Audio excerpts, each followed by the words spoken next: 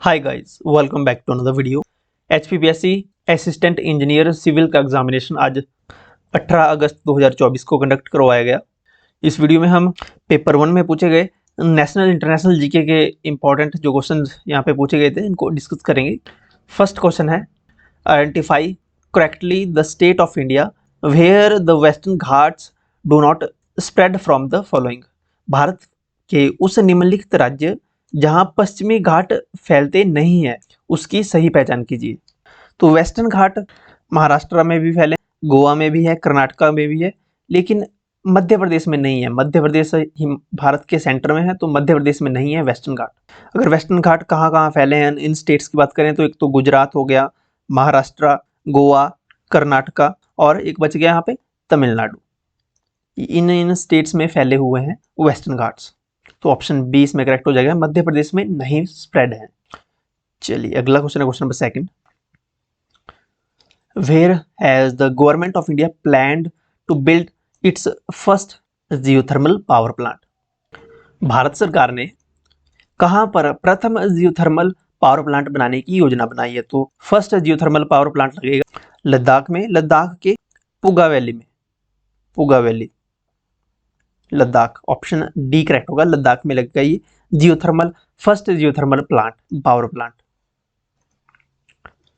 Next question है, यहाँ पे पूछा गया है which of the following is correct about the state of Bihar. Bihar राज्य के बारे में कौन सा जो है स्टेटमेंट कथन सही है?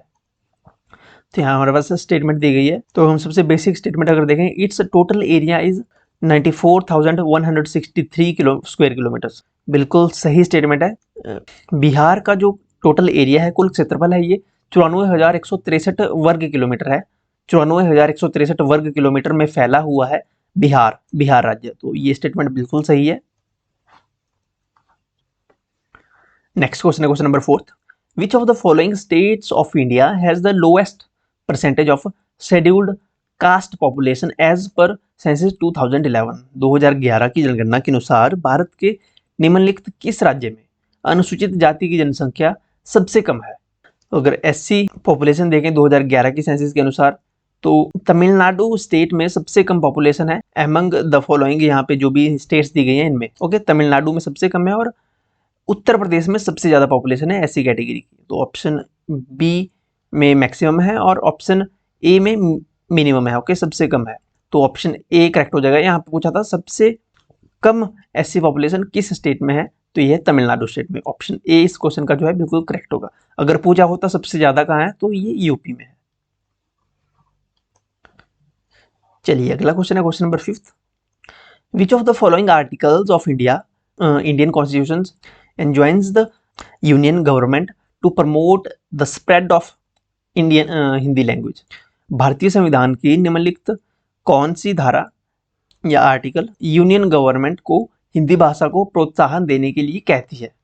तो ये आर्टिकल है आर्टिकल 351। आर्टिकल 351 में प्रावधान है हिंदी लैंग्वेज को प्रमोट करने का, to promote spread of Hindi language. Option C correct होगा।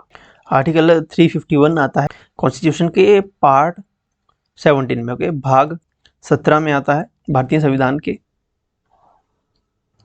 नेक्स्ट क्वेश्चन है, आइडेंटिफाई द फॉलोइंग करेक्टली।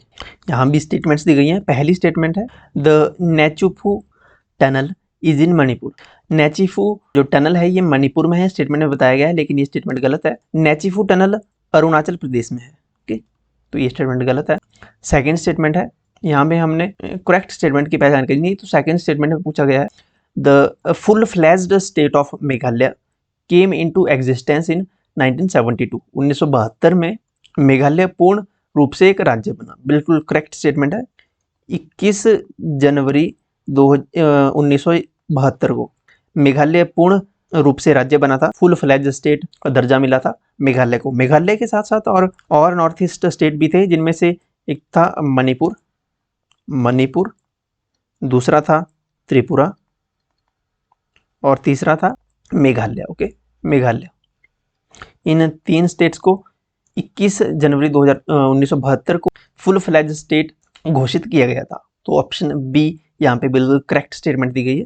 तो ऑप्शन बी इस क्वेश्चन का करेक्ट होगा। थर्ड अगर स्टेटमेंट देखें, Nokrek national park is in Arunachal Pradesh. Nokrek, यहाँ पे नोब्रेक दिया गया है। नोब्रेक नेशनल पार्क ये अरुणाचल प्रदेश में नहीं है, ये नेशनल पार्क है मेघालय में। मेघालय में नेशनल पार्क है ये, गारो हिल्स में, ओके, मेघालय के। नेक्स्ट क्वेश्चन है question number 7, how many women candidates won the Mizoram assembly elections in November 2023।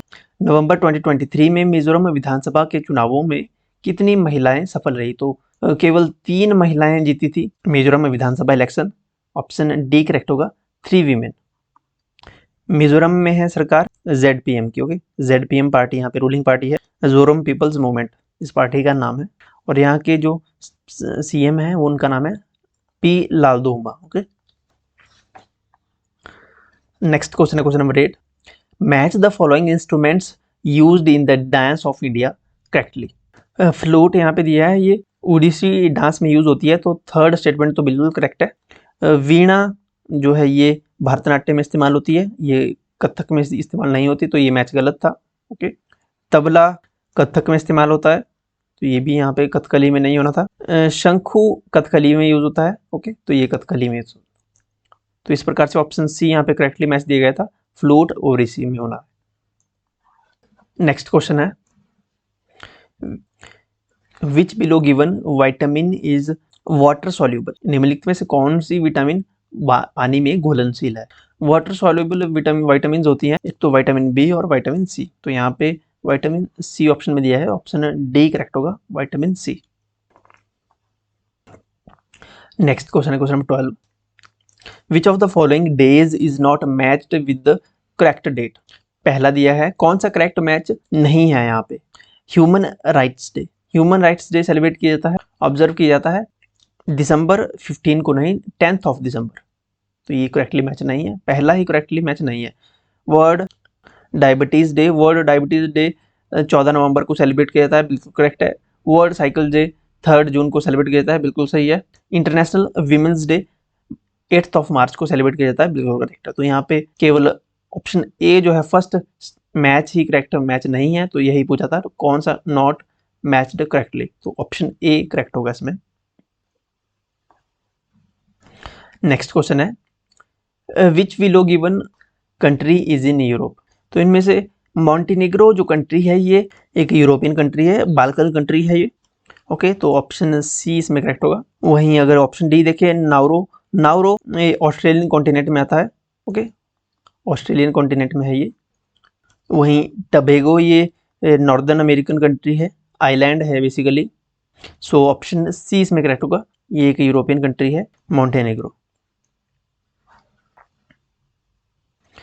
Next question है question number 14, the New Zealand tobacco minimum law 2022, the tobacco sale to which of the following age group people, bans the tobacco sales in to which of the following age group people। तो 2022 में New Zealand tobacco minimum law एक लाया गया था New Zealand में, जहाँ पे तंबाकू की बिक्री पर प्रतिबंध लगा दिया गया था, जिनकी भी बर्थ, जिन बच्चों की जो नेक्स्ट जनरेशन है, इनको टोबैको फ्री करने के लिए, जिन भी बच्चों की जन्म 1 जनवरी 2009 के बाद हुआ है, पर्सन बॉर्न ऑन और आफ्टर, यानी 1 जनवरी 2009 या इसके बाद जिन भी बच्चों का जन्म हुआ है, उनको टैबाकू सेल करना, टैबाकू की बिक्री पर प्रतिबंध लगा दिया गया है। ये न्यूजीलैंड टैबाकू मिनिमम लॉ 2022 में लाया गया था, तो ऑप्शन बी करेक्ट होगा इसमें, जिनका जन्म 1 जनवरी अथवा 1 जनवरी 2009 के बाद हुआ हो।